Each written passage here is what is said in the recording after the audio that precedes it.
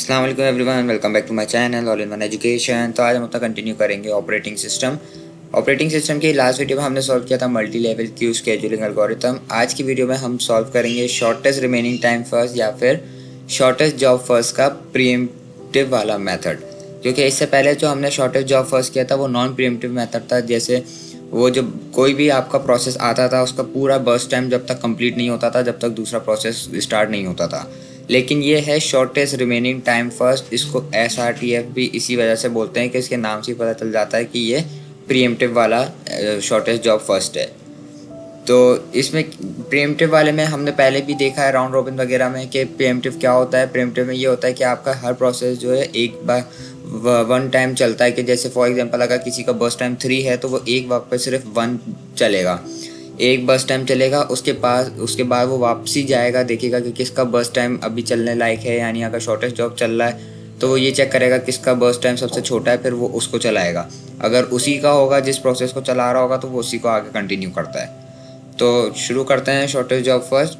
ये हमारा सवाल है जिसमें हमने 5 प्रोसेसेस लिए हैं और नीचे ये हमारा गैंट चार्ट जो अभी हम बनाएंगे, और ये फॉर्मूलाज हैं जिसकी मदद से हम ये कैलकुलेशंस करेंगे। ठीक है, तो सवाल शुरू करते हैं। तो सबसे पहले आप देख सकते हैं कि मैंने ये वाले सवाल में भी अराइवल टाइम सबका 0 लिया है, क्योंकि ये पार्ट 1 है शॉर्टेस्ट रिमेनिंग टाइम फर्स्ट का। पार्ट 2 में जो है हम अराइवल टाइम जो है डिफरेंट लेकर देखेंगे कि सवाल में किस तरीके से चेंज आता है। आई गेस मैंने सवाल ये जो है ना शॉर्टेस्ट रिमेनिंग टाइम फर्स्ट का, ये मैंने बर्स्ट टाइम जो है ये शॉर्टेस्ट जॉब फर्स्ट वाले लिए हैं, ताकि आपको अगर कंपेयर करना हो कि इन दोनों में फ़र्क क्या होता है तो आपको पता चल सके। तो शॉर्टेस्ट जॉब फर्स्ट में भी सेम ही सवाल 5 प्रोसेसेस के साथ हमने लिया था और इसमें भी हमने वही लिया है। तो सबसे पहले हम बर्स्ट टाइम को देखते हुए, अराइवल टाइम को देखते हुए अपना गैंट चार्ट बनाते हैं। उसके बाद हम टेबल फिल करते हैं। तो अराइवल टाइम सबका 0 है, तो अभी हम देखेंगे कि सब जो प्रोसेस अराइव हुए हैं उसमें से सबसे छोटा बर्स्ट टाइम किसका है।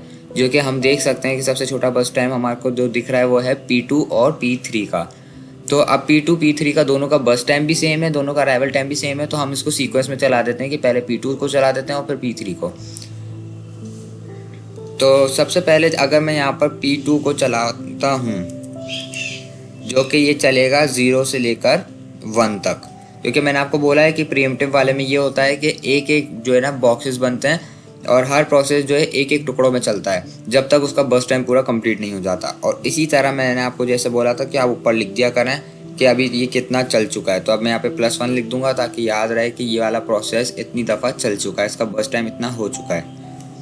अब इसके बाद जब P2 एक दफ़ा चल गया है तो अब मैं जाऊँगा वापसी अपनी लिस्ट में और चेक करूँगा कि अब सबसे छोटा जो है ना बस टाइम किसका है। जो कि मैं देख सकता हूँ प्रोसेस 1 का 24 है, प्रोसेस 2 का पहले 3 था लेकिन वो एक दफ़ा चल चुका है तो अब उसका बस टाइम होगा 2, तो वो अपडेट हो जाएगा। तो P3 का 3 है, P4 का 23 है, P5 का 15 है। तो अभी भी बस टाइम जो है P2 का छोटा है, तो मैं P2 को ही कंटिन्यू करूँगा 1 से लेके 2 तक। और अब इसका जो बस टाइम हो जाएगा वो हो जाएगा +2। ठीक है, अब इसी के साथ अभी भी बस टाइम P2 का ही छोटा है, क्योंकि अब उसका बस टाइम रिमेनिंग 1 हो गया है। तो अभी भी वही आगे कंटिन्यू होगा P2 और 2 से लेकर 3 तक। अब ये जो मैंने एक डब्बा में बनाया है ना P2 P2 P2, अब आप चाहें, क्योंकि आपको ना सवाल देख के ही पता चल रहा होता है कि कौन सा प्रोसेस कितनी दफ़ा चलेगा, तो उसके बाद जो है दूसरे को मेरे को चलाना है। तो आप एक ही बॉक्सेस में उसको पूरा चला दिया करें। जैसे फॉर एग्जांपल यहाँ पर P2 3 दफ़ा चला है, तो मैं ये भी कर सकता था कि P2 को एक बॉक्स में बना के 0 से डायरेक्ट 3 तक कर लेता, क्योंकि होता तो वो प्रीएम्प्टिव, लेकिन उस दौरान कोई प्रोसेस आया ही नहीं। तो मैं अपने बॉक्सेस क्यों ज़ाया करूँ, मैं अपनी मेहनत क्यों बढ़ाऊँ। तो मैं एक ही बॉक्सेस में कर देता P2 और 0 से लेकर 3 तक कर देता, तो वो पूरा कंप्लीट हो जाता। अभी भी हम इसी के साथ अब लेते हैं P3, क्योंकि P3 का बस टाइम अब छोटा है तो वो चलेगा 3 से 4 तक और इसका हो जाएगा +1।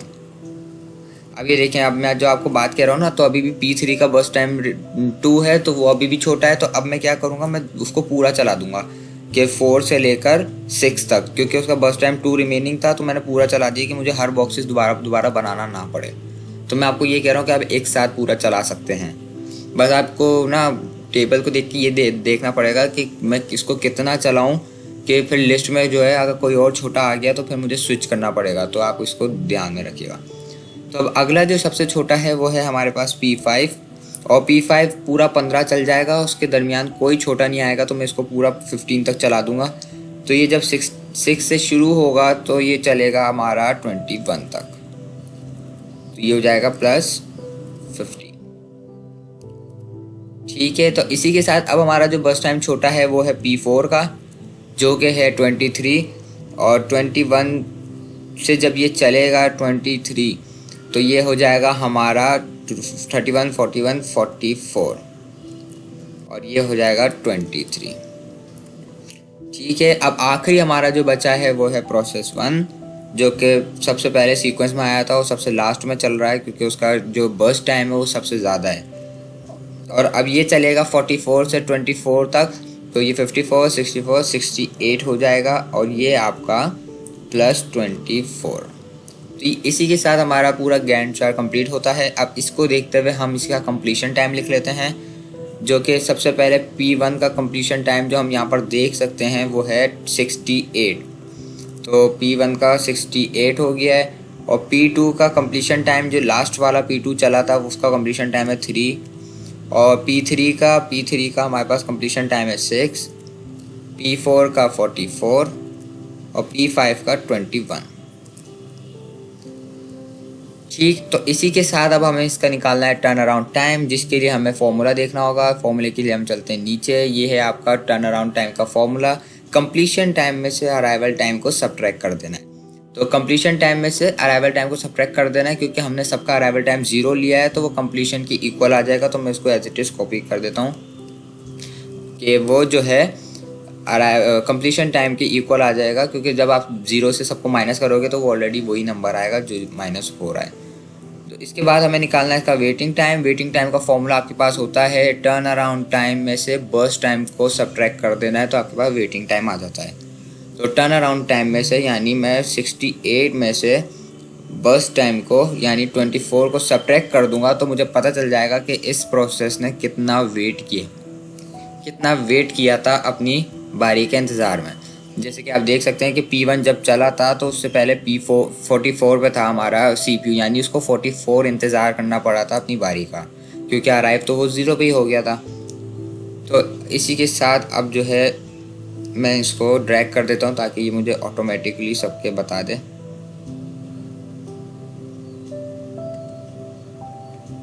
तो ये आ गया मेरे पास 0, 3, 21, 6।